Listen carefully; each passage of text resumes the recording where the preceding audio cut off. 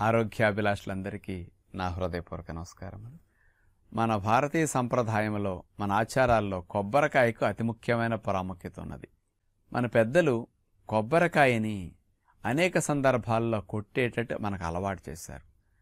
ఏ వస్తువు కొన్నా దాన్ని ప్రారంభించే ముందు కొబ్బరికాయ కొట్టడం, ఏ శుభకార్యం ప్రారంభిస్తున్నా కొబ్బరికాయ కొట్టడం, ఏ కోరిక కోరుకున్నా కోరిక తీర్చడానికి కొబ్బరికాయ కొట్టి ఆ కోరికను తలుచుకోవటం, లేకపోతే భగవంతుని ప్రార్థించటం.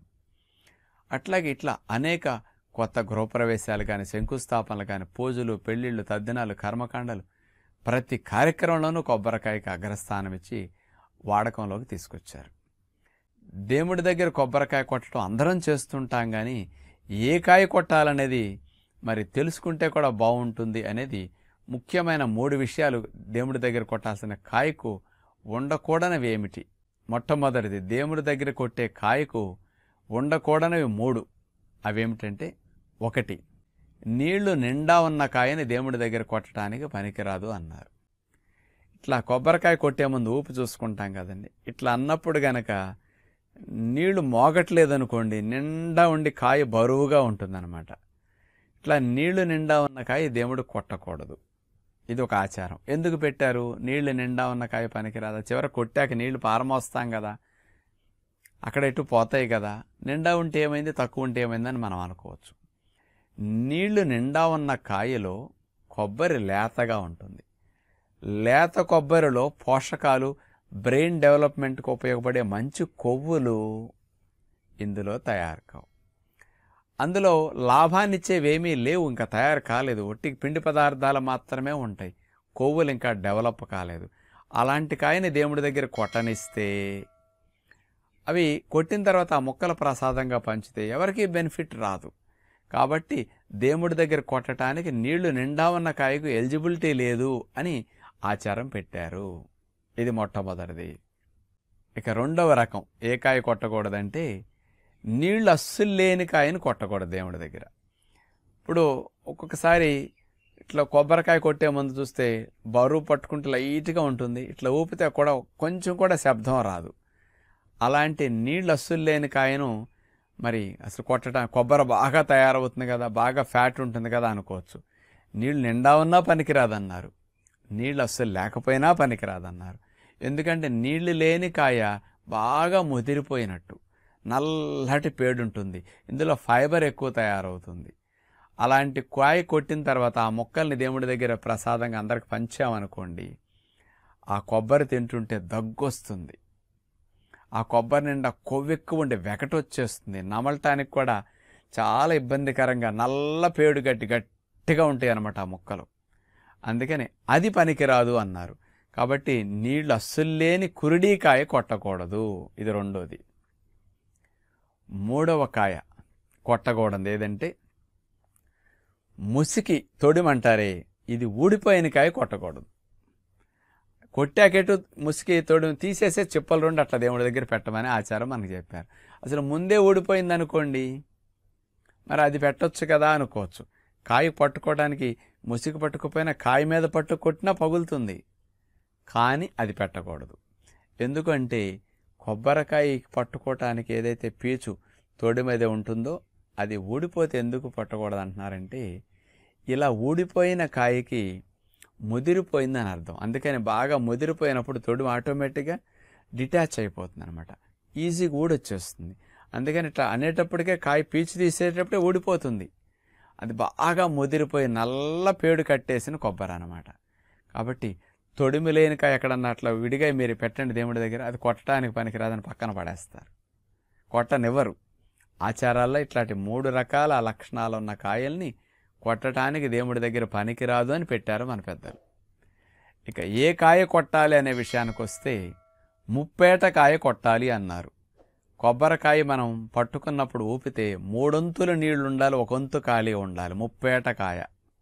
అలాంటి ముప్పేట కాయ దేవుడి దగ్గర కొట్టినప్పుడు ఆ కొబ్బరి చిప్పల్లోంచి కొబ్బరి గనక తోడితే అంచముట పేడు తెల్లగా ఉంటుందండి. నల్లగా అవ్వకుండా తెల్లగా ఉండి, ఆ పేడు నుంచి కూడా కొబ్బరి ఊడటానికి కష్టంగా ఉంటుందన్నమాట, సులభంగా రాదు. గట్టిగా తీస్తే తప్ప ముక్కలు వేరుకావు ఆ చెప్ప నుంచి. అలాంటి ముప్పేటకాయని దేవుడి దగ్గర కొట్టి నలుగురికి పంచాలన్నారు. ఎందుకు అంటే ఆ ముప్పేటకాయ కొబ్బరి ముక్కలు పాలు కారుతూ ఉంటాయి, కొవ్వు కూడా మంచిగా తయారవుతుంది, తేలిగ్గా జీర్ణమయ్యే స్థితిలో ఉంటుంది, కమ్మటి రుచి ఉంటుంది, దగ్గు రాదు, మంచి పోషకాలు ఉంటాయి, బ్రెయిన్ డెవలప్మెంట్కి కావలసిన కొవ్వులన్నీ ఉంటాయి, కానీ తేలిగ్గా జీర్ణమయ్యే స్థితిలో మంచి రుచిగా ఉంటుంది, నమలటానికి ఇబ్బంది లేదు, కాస్త 4 ముక్కలు ఎక్కువ తిన్నా చక్కగా అరుగుతుంది. ఈ కండిషన్లో ఉన్న కొబ్బరికాయ ఆరోగ్యానికి మంచిది. కాబట్టి ఈ ముప్పేటకాయను కొట్టి దేవుడి దగ్గర ఈ మొక్కల్నే నలుగురికి ప్రసాదంగా పంచమన్నారు, ఈ మొక్కల్నే మనల్ని తినమన్నారు. మరి కొబ్బరి ప్రసాదంగా పెట్టి నలుగురికి పంచటం వల్ల లాభాలేంటి, ఆ కొబ్బరి ముక్కలు మన తినటం వల్ల లాభం ఏంటని ఆలోచిస్తే బ్రెయిన్ డెవలప్మెంట్కి, మెమరీ బూస్టింగ్కి కొబ్బరి అతి ముఖ్యమైన ఆహారం. కాబట్టి మనిషి అంటేనే మనసు, ఆ మనసు ప్రధానమైన వాడు మనిషి. కాబట్టి ఆ మేధస్సు, తెలివితేటలు, జ్ఞాపక శక్తి ఇవన్నీ బాగా బ్రెయిన్ డెవలప్మెంట్ బాగుండాలంటే కొబ్బరికి మించిన ఆహారం మరొకటి లేదని మన ఋషులు తెలుసుకుని ఇట్లా ఏదో ఒక రూపంలో కొబ్బరికాయ తినేటట్టు జనాలకి చేస్తే మంచిది, నలుగురికి కొబ్బరి మొక్కల్ని అందేటట్టు చేస్తే మంచిదని దేవుడి దగ్గర కొబ్బరికాయని ఇట్లా కొట్టించే సాంప్రదాయం మనకు అలవాటు చేశారు. అందుకని ఈ బుర్ర బాగా పనిచేయాలి అంటే కొబ్బరి బాగా తినాలన్నమాట. మరి కొబ్బరి బాగా తింటే తెలివితేటలు ఉంటాయా, చదువు బాగా వస్తుందని మీకు సందేహం కలగవచ్చు. ఇండియాలో తెలివితేటలు ఎక్కువ ఉన్న రాష్ట్రం ఏది అంటే ఎవరైనా ఏం చెప్తారండి? కేరళ అని ఫస్ట్ అంటారు. మరి ఇండియాలో కొబ్బరి ఎక్కువగా తినే రాష్ట్రం ఏది? కేరళ. అందుకని కొబ్బరి తురుము వంటల్లో వాడతారు, కొబ్బరి పాలు తీసి వంటల్లో పోస్తారు, కొబ్బరి నూనె కూడా వంటల్లో వాళ్ళు వాడుకుంటారు. అన్నిట్లో కొబ్బరి, చట్నీ రూపాల్లో కానీ అన్నిట్లో ప్రతిరోజు 2-3 కాయలు కొట్టడం, వంటల్లో వేయటం వాళ్ళు చేస్తుంటారు. కొబ్బరిని అంత విరివిగా వాడితే తెలివితేటలకి, మేధాశక్తికి అంత మంచిదని కేరళ వారు కూడా ఆచరణలో నిరూపిస్తున్నారు. మనందరికీ ఏమిటంటే కొబ్బరి తింటే గుండె జబ్బులు వస్తాయి అనే ఒక అనుమానం ఉండిపోయింది.